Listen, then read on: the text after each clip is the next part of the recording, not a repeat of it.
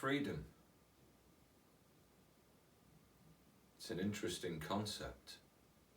I wonder if you can remember how that felt. People say that freedom was taken away during the lockdown, but if your freedom can be taken away from you, then did you ever really have it to start with?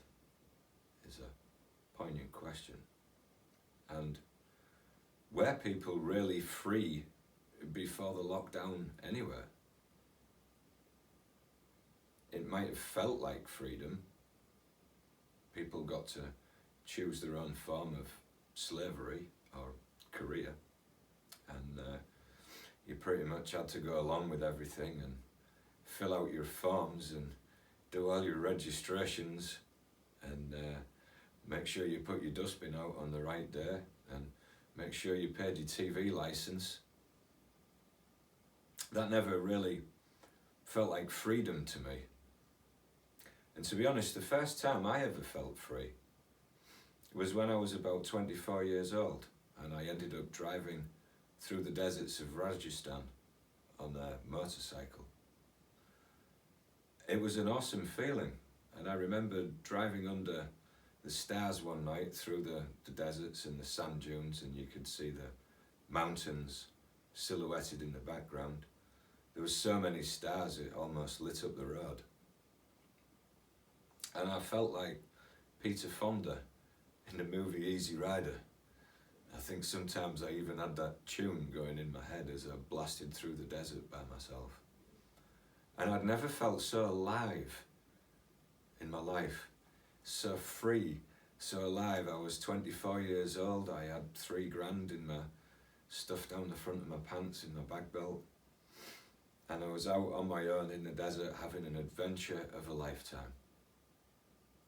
Just a few years before that, I'd been working in factories in Hull with people who'd been working in factories for 50 odd years or so. I remember the first day of work, one jovial old chap said to me, "Job for life, kid." And I looked at him, and he was about 65 years old, and I looked around and I thought of staying in this factory for another 50 years just to get a good pension. Wow, it's like a prison sentence. While I was an apprentice though, you get to know some of these old cats, and they were in their 60s. They'd had some interesting lives, done national service, been all over the world, engineers, these kinds of people. And they were so looking forward to retirement. And in fact, they'd lived most of their lives looking forward to that day when they could finally retire and get to do all the things that they wanted to do, like drive around France with a caravan with the missus. Quite a lot of them died just weeks or months after retiring. Years of heavy conditioning, of getting up at 5 o'clock in the morning and going to work, and suddenly you stop doing that and the body goes into relaxation mode, and in a lot of cases it just gives up and dies.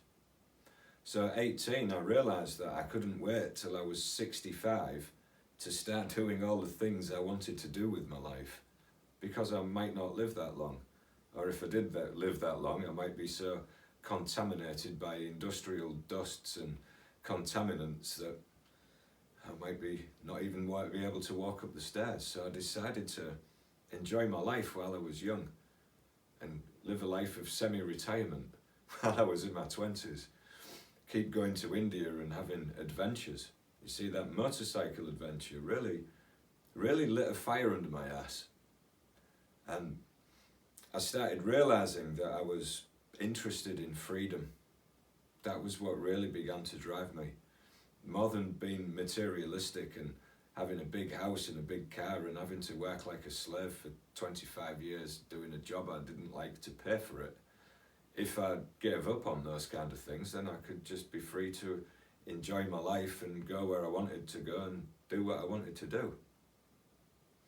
So that's what I did. So I began to realise though that this temporary freedom that I was experiencing in India, really it was more of an escape. it felt like freedom. Sure, blasting through the deserts on a motorbike, it really felt like freedom.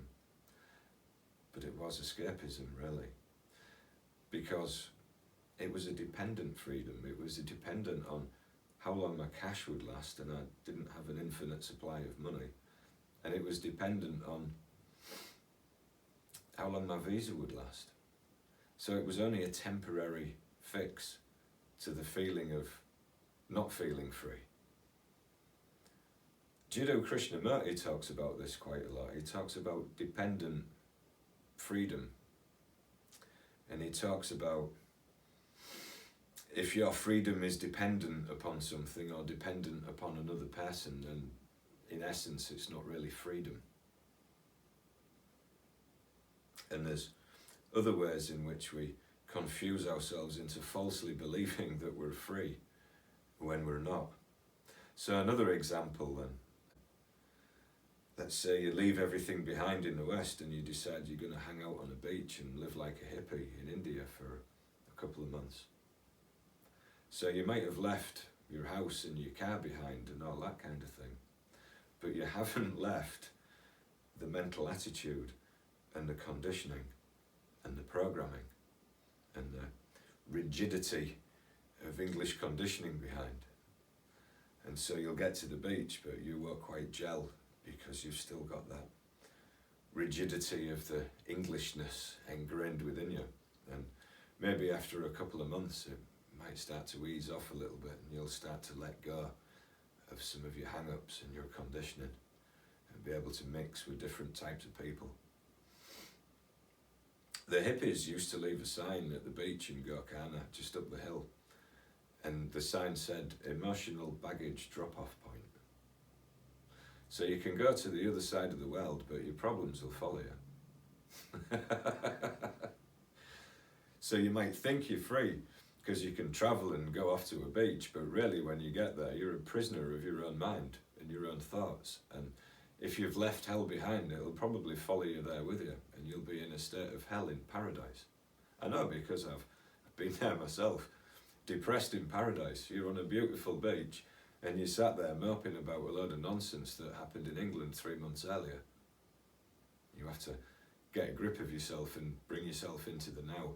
Go for a swim, go for a walk on the beach and be on the beach and not be back in England, and be free in your head. And you see, when you drop all the nonsense that you're carrying about with you, and we all carry a lot of nonsense about with us everywhere we go. By nonsense, I mean emotions and conditions and conditioning and situations of the past that go to define our personality that we carry about with us. So in a way we might have been free to get on a plane and go places, but wherever you went, your mind followed with you like a dark shadow, bringing with it all that conditioning and nonsense and bringing it into the new place where you would be. So the past always follows you around wherever you go. So, and if we look at societies, and people think that the Native Americans who lived over in Northern America had a idyllic life and they were completely free and they lived in some sort of utopian society. But no, life was very harsh and brutal, and if you think about it, you had to live by whatever the tribal elders said and live by the tribal rules or conditions, or you were out on your ear and you were in the forest by yourself and you were probably lion or bear meat. So there wasn't really that much freedom there either. We have the dream that it was an idyllic free society, and sure, they didn't have to stand in queues and fill out forms and deal with policemen and government, but they did have to deal with a lot of worse things, like disease and wild animals and other tribes. So you can't say that was utopia. And to be honest, the only free people I think I've ever met are the sadhus of India. And if I think about it, Indian culture is possibly 26,000 years old. And this is my personal theory of why Indian culture has survived for so long. You see, if you don't want to go along with the system, if you don't want to go into the career that's been assigned for you and the marriage partner that's been assigned for you, you've got another path. If you don't like the system, you can just say, well, I'm going to be a holy man and go and be a sadhu. So in this way, what I think Indian society has managed to do over the millennia is basically all the rebels and troublemakers and people who might have stirred up the masses and called up a rebellion just went off and became a holy men and did whatever they wanted and lived a life of freedom in a way, travelling around with all your belongings in a knapsack, teaching people yoga and begging food from people and not owning anything. And they're beholden to no one but themselves and some traditional values. And they're also supported by the structure of Indian society. It's a blessing to help a holy man. So everywhere they go, people will kind of help them out and give them a bit of food or a bit of money. And if you contrast that with English society, whereas if you want to be anywhere different or kind of live in a field and be a bit of a hippie, then they'll probably come and beat you up and throw you in prison for not paying some tax or for not filling in some form. And in that way, we produce more rebels than what they've got in Indian society. Very clever society, the Indian system. They gave space for rebellion, but they allowed people to rebel in a spiritual way. And also, you could argue, find true freedom. And I started pondering true freedom, I think when I was 12 years old, when I watched the movie Apocalypse Now. And the main protagonist, Willard, who's played by Martin Sheen, he finally gets to confront Colonel Kurtz, who's played by Marlon Brando. And Brando, or Kurtz, questions Willard and he asks him, have you ever considered true freedoms? Freedoms from the opinions of others, and even freedoms from the opinions of yourself. I thought, wow, they don't teach you that at school. And you think about that, and it ties into what Jiddu Krishnamurti says about freedom. We'll tie all this together now. So Jiddu Krishnamurti would argue that if you had a concept of freedom, then it's not freedom.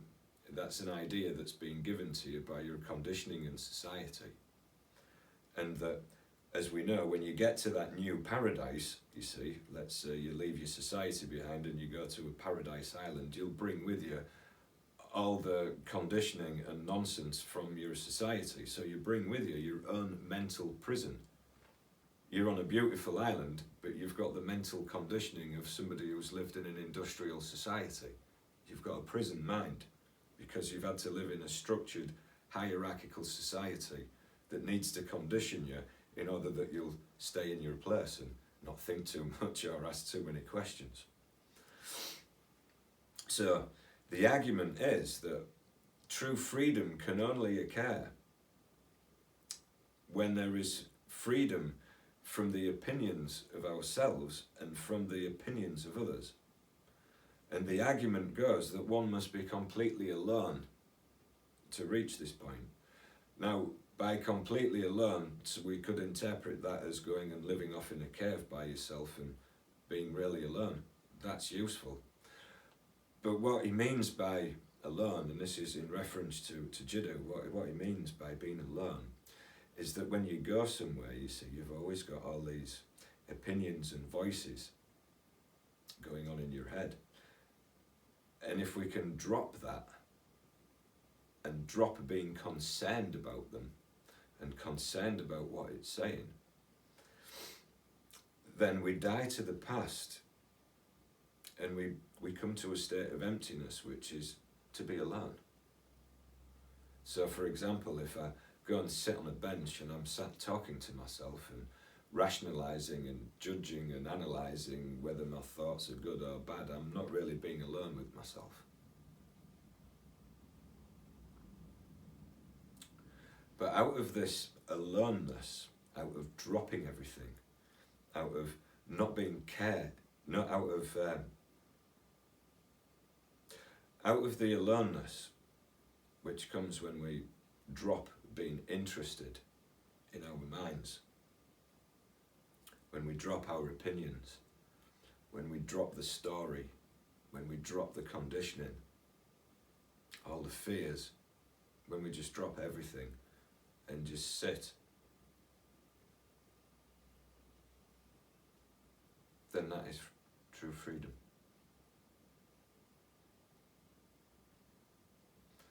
We get to this point not by striving to be free or by striving to be something else or to change ourselves, but by sitting with what is. For example, I'm sitting and an emotion of anger arises. So, I could, if I'd taken some vows, maybe if I was religious, anger's bad, I shouldn't be angry, and then you'd go on a whole egotistical quest of beating yourself up because you had an angry thought, because you've been programmed to react that way. So instead, the angry thought arises, and it's, there's an angry thought, so what? A few moments later, you could have a joyful, wonderful, altruistic thought. And maybe you want to pat yourself on the back and think what a wonderful person you are. Again, that's the ego acting according to its conditioning. So we let go of that as well, and we just learn to be not interested in what's going on by passively observing it all.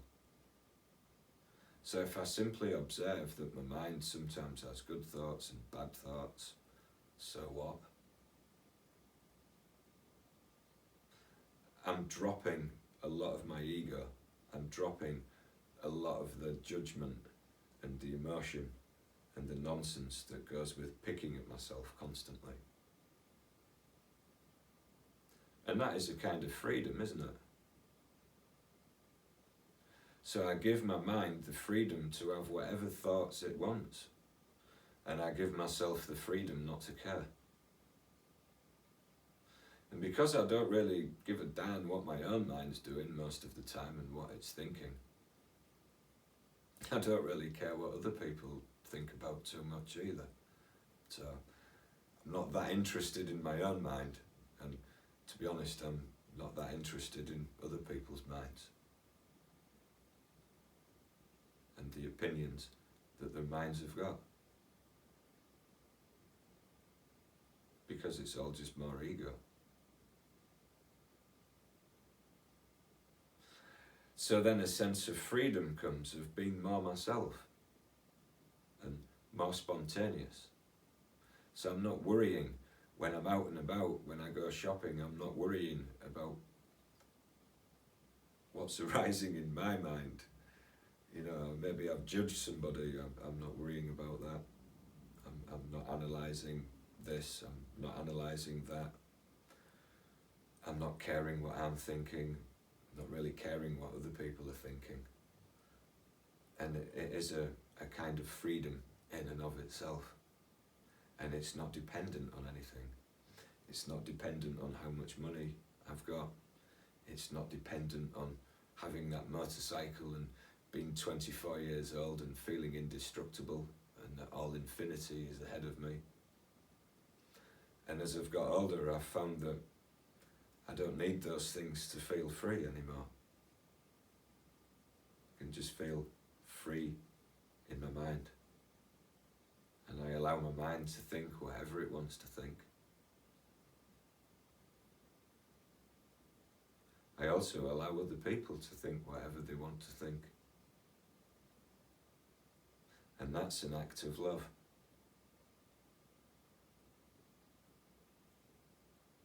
So by treating yourself with freedom and giving yourself the freedom and giving your mind the freedom to more or less do what it wants, we start to relax a little bit and we give other people space to think and to question and have the thoughts that they want. wise man once said, love is allowing people to be who they are. And it starts with yourself, allowing yourself to be who you really are, and saying the things you really want to say, and doing the things you really want to do. And the conclusion that I came to in all of this is that if you have any dreams, anything you really want to do, get on and do it. And don't be like the old men at the factory who waited for retirement day. You know, reach out and grab everything by both horns, here and now. Don't wait for tomorrow. Start living today. So when it comes to discussing freedom, there's one book I always carry around with me on my personal quest for freedom. And it's this one, Jiddu Krishnamurti, Freedom from the Known.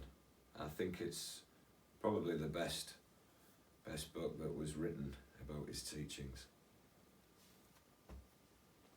And in it he basically carves his way through the human psyche and takes apart all the ideas and attempts to show us that really we imprison ourselves with our own minds and our conditioning. And many of us, basically, once we've been programmed at an early age, we'll just carry on living those programs without question, and in a way are nothing more than robots, just repeating patterns of behaviour unquestioningly. And freedom's quite a poignant thing at the moment, and it's also a greatly abused word. I see the government and the mass media are abusing the idea of freedom. You see, if you need to take part in a medical experiment and carry around a passport and a piece of technology, that's not freedom. That's enslavement. And I hope people wake up to that.